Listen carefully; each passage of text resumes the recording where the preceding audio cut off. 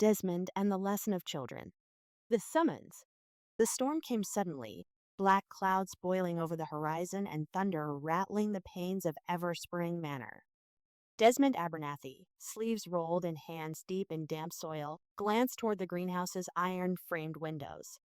Rain lashed against the glass, trailing in rivulets, and somewhere beyond the trees, lightning cracked like a whip. Everspring was alive, the house walls humming faintly with concern. Lanterns flickered to life unbidden, casting warm light over rows of herbs and blooms. Frostleaf and moon moss glimmered softly, leaves stirring though the air was still. The greenhouse itself, 20 feet tall and 10 feet wider than it once was, seemed to inhale, glass panes glinting like scales. Desmond smiled, brushing dirt from his palms. "Worried already, are we?" he murmured, voice a chuckle. The house creaked, indignant. His amusement was short-lived. The knock at Everspring's door was frantic, each strike reverberating through the walls with urgency that set Desmond's senses alight. The house groan shifted to a murmur of alarm, lanterns brightening along the hallway. Desmond moved quickly, boots silent over stone, fingers brushing protective wards etched into the banister. When he pulled open the door, rain howled through, cold and biting. A man stood on the threshold, drenched and shivering, mud streaking his cloak. Two boys clung to him, faces pale and eyes wide with terror.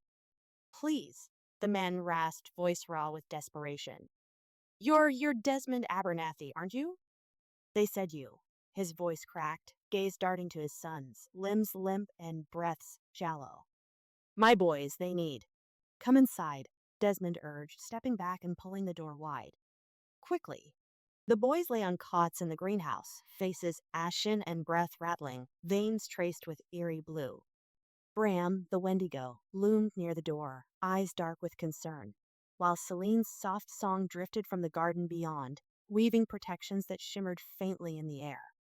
The man introduced himself as Callan, fingers twisting in the hem of his cloak, voice tremulous and guilt-stricken. His words spilled in broken whispers, recounting a dare gone wrong beneath a full moon. A witch's grove trespassed for a lark. The staff Evan had found, silver-veined and rune-bound, had seemed harmless until dawn, when the boys could not wake, skin ice-cold and breath shallow. Desmond listened, eyes narrowed and fingers gliding over shelves lined with tinctures and dried herbs. His gaze flicked to the boys, veins still glowing faintly blue, and his frown deepened. "A witch's staff," Desmond mused, plucking a jar of embervine from a high shelf. "Magic demands consent, even when unspoken." They took what was not theirs to take. "They're just boys," Callan pleaded, voice cracking. "They didn't know." "Magic does not excuse ignorance," Desmond said gently, though his eyes softened. "But they are still children. The curse can be broken." The ritual was intricate, patterns of salt and iron traced over glass tiles, sprigs of embervine glowing with steady warmth. Desmond's voice was low and steady, incantations weaving with the pulse of the greenhouse's enchantments. The boys stirred, groans slipping from cracked lips, eyes fluttering open with shivers. But the curse held fast, veins still aglow with bitter blue. "It's not enough," Desmond muttered, eyes narrowing. He turned to the boys, crouching to meet eyes clouded with confusion. "I can break this, but you must understand why it was cast." Evan, the elder, whimpered, fingers clawing at the blanket.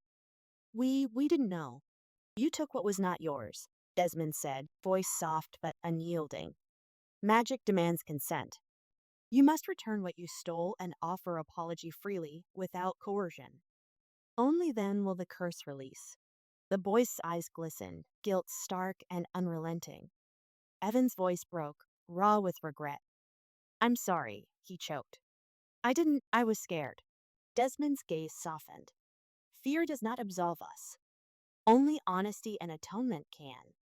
The storm had ebbed by dawn, skies washed pale and clouds curling like ash. The path to the witch's grove was narrow, lined with thornberry and frost-laden ferns, roots twisting like warning fingers. Desmond led the way, steps sure and words humming faintly beneath his breath. The staff lay where Evan had dropped it, silver-veined wood half buried in mud, runes still aglow. The air was heavy, silence sharp. Kneeling, Evan reached for the staff, hands trembling but eyes clear. His voice was small but steady, apologies spilling forth in broken sobs, words raw with sincerity. His brother's voice joined his, guilt unspooling in a tide of confessions. The runes flickered once, twice, then dulled, light seeping into the earth with a shudder. The blue that webbed their veins dimmed, breath coming easier, warmth seeping back into chilled limbs. The air lightened, frost receding from branches, the curse sloughing away like autumn leaves. Back at Everspring, Desmond brewed tea of lavender and thyme, warmth curling through the greenhouse as the boys huddled close. Kellen's hands were steady now, gratitude woven thick in his words, but Desmond's eyes remained stern. Magic is not a toy, he said, voice firm but gentle. It demands respect. You have been given a second chance. Do not waste it. The boys nodded, eyes downcast but shoulders lighter, the lesson etched deep into bones and breath. Callan's voice wavered, eyes glassy as he clasped Desmond's hands. I cannot repay. I do not require payment, Desmond interrupted, lips quirking. But I suggest you teach your sons the worth of honesty and consent before the world teaches them harsher lessons. The house seemed to hum in agreement, lanterns flickering with soft approval. Even Bram's growl was tempered, shadowhounds curling lazily by the garden path. Long after the boys had vanished down the mist-laden path, Desmond lingered in the greenhouse, fingers brushing over sprigs of dreamshade and clusters of moon moss. The lessons had been learned, but their weight lingered, heavy and somber. In the corner, a night bloom unfurled, petals glimmering softly. The house warmth was steady, wards pulsing with quiet strength. Honesty, Desmond murmured, voice a sigh. Consent. The words tasted bitter but true, roots tangled, deep and unyielding. The house creaked softly, a door swinging open to the twilight, and Desmond could not help but smile, breath easing. For now, the wards held firm, the night quiet and still.